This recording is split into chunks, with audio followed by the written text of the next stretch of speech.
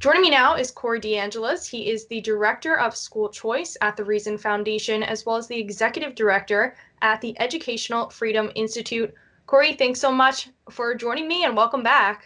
Hey, thanks for having me. And something that came up recently, and some would consider a win for school choice, was President Trump's recent executive order on school choice. Can you tell us a little bit about what's included in this executive order? And Joe Biden, as it currently stands, will be taking office in the next few weeks. What's the likelihood that he undoes this executive order? And if so, what does that mean then? Yeah, the main idea behind Trump's executive order is to allow the money to follow the child if their traditional public school that they're residentially assigned to doesn't reopen for in-person instruction.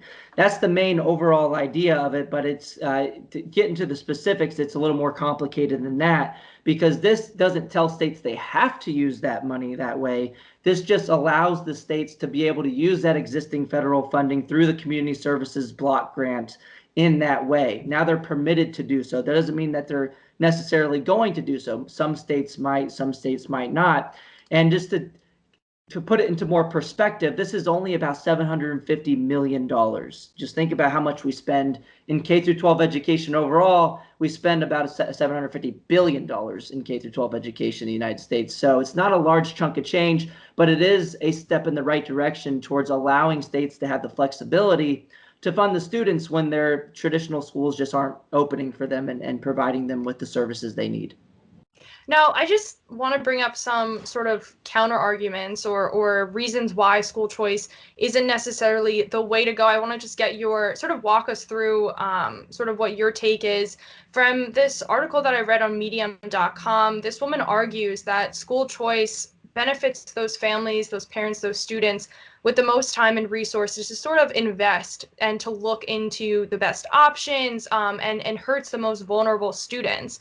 I see you're already, shaking your head no. So with that being the argument, can you sort of debunk that for us? I co-edited a book on this, School Choice Myths, with Neil McCluskey over at the Cato Institute, if you want to go check it out. But there's tons of myths. None of them hold up to any scrutiny, when you look at these right away. I mean, look at this myth, for example. It's based on this idea that school choice is going to lead to inequities. But the reality is that the government-run school system has inequities inherent into that system. Families that are advantaged already have school choice within that system and outside of that system.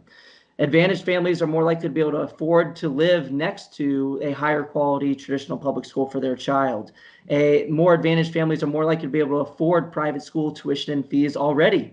At this time, more advantaged families are already more likely to be able to afford in-person instruction for their children when their public schools close for in-person instruction. So there are inequities happening right now in current day without school choice.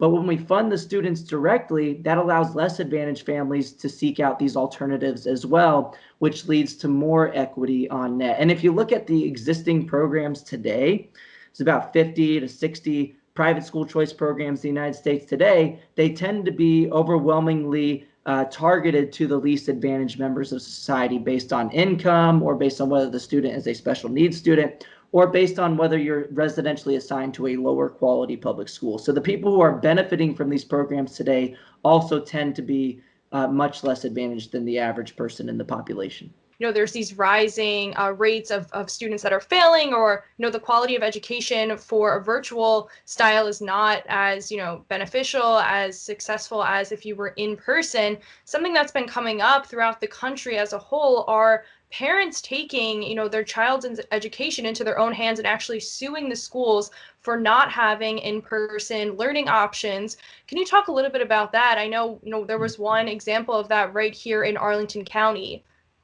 Yeah, just real quick on that. Keeping the schools closed is what's leading to the inequities, right? I mean, because if you keep the public schools closed for in-person instruction, that's leading to failing grades spiking this year. The families that are most advantaged are the ones that are able to have the best situation for remote learning in their household, and are also more likely to be able to afford in-person instruction out of pocket. So keeping the schools closed, absent a system of school choice, is what's truly leading to the inequities. And I mean, if you look at the data on this in Fairfax County public schools, the failing grades, the percentage of students with 2 or more failing grades this year has increased by 83%. And that's increased by about 111% for students with special needs. And we see this trend all across the country as well by the latest study by McKinsey and Company nationwide, finding that students are losing about 1 to 3 months of learning this year from the school closures. So we're seeing these inequities happening today, but you're right that there are some parents that are taking the fight in their own hands. In Arlington public schools, for example, one parent, I think his name is Russell Laird, is raising money via GoFundMe, and he's already, I think, about 2/3 towards his goal to take a case to the courts to argue that the school district is not providing what the Constitution says that they need to provide, which is, and this is the state level Constitution, a free, high quality system of public schools. Well, one, we understand public schools before this year, that was always understood to mean in-person instruction. They can't really say they're providing that this year if they're not open for in-person instruction. And then two, there's an argument to be made that this isn't high quality instruction as designated by the Virginia Constitution, especially when you see the data coming out, even from Arlington, the failure rates going up this year as a result of that remote learning. And I just want to be clear, that doesn't mean that remote learning doesn't ever work. It's just the type of remote learning that we're seeing as implemented by the public school system just hasn't worked for a lot of families. It could work for some, but overall, on average, we're seeing that it's not working as well as previous years. And we also saw a parent group in Carlsbad, California, doing the same thing, taking the fight to the courts. So this is another avenue, and I think what these parents are fighting for is, one, reopen the schools, and two, if you're not going to do that, giving my taxpayer funding back to let me find an alternative for my child. And Corey, I just have one last question. This has sort of stirred up a lot of controversy. Is this Chicago Teachers Union member who was, against reopening schools, but then posted a photo of herself in Puerto Rico vacationing over the holidays?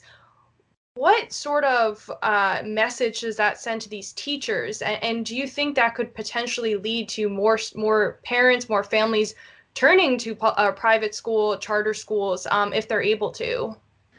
Yeah, in-person instruction isn't safe, but in-person vacationing is safe. I guess that's the message here. But yeah, she tweeted that out, these attacks against reopening schools, the same day that she was sharing on social media all of her traveling festivities in Puerto Rico. So if it's safe enough for you to travel overseas to another country and to interact with people in other countries and in the airports, well, why isn't it safe for you to stay within your own city and teach people and to do your job by teaching the children who would like to do so with in-person instruction? A lot of people didn't like that. Since then, this person has deactivated her Twitter account.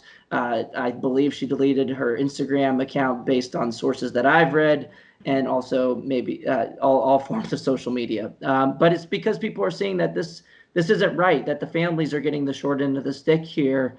And, again, like I say, just have the money follow the child, and we won't have to use any form of a one-size-fits-all solution for anybody. We should allow the schools to choose. We should allow teachers to choose to return to work or not. But if not, and even if you do decide to reopen the schools, families should still be able to take their children's education dollars elsewhere, because the money's meant for the child. It's not supposed to be meant for propping up and protecting a government monopoly. And the only way that we can fix this problem is to fund students instead of institutions. But we've seen stuff from the Chicago Teachers Union all year now. First, there was a deleted tweets, they were arguing that reopening schools was racist and sexist, and they deleted that tweet a little bit afterwards. Now you have their board member of the Chicago Teachers Union vacationing Puerto Rico while saying that they can't go back to work. And then and what's interesting here with this whole thing with Chicago is a lot of the students that are supposed to return are just pre-K students and students with special needs. So there's a lot of commotion right now about just a small fraction of the students, particularly at-risk students, and then students of lower grade levels, which is the lower level of the risk of transmission for pre-K students. But I think families are seeing all of this, and they're starting to they're starting to support school choice a lot more now than ever because they're seeing that the school system just isn't there for them. Look at the latest polling on this. Since last year, EdChoice does polling on this every year. They found that there have been huge increases in support for all types of school choice: charter schools, voucher programs, tax credit scholarships, education savings accounts, all these forms of funding the students directly. People are supporting that now more than ever. And one stat that I'll leave you with is that 86% of parents now support funding students directly through an education savings account. Similarly, American Federation for Children did a poll earlier this year, finding that support for school choice jumped by 10 percentage points just since April.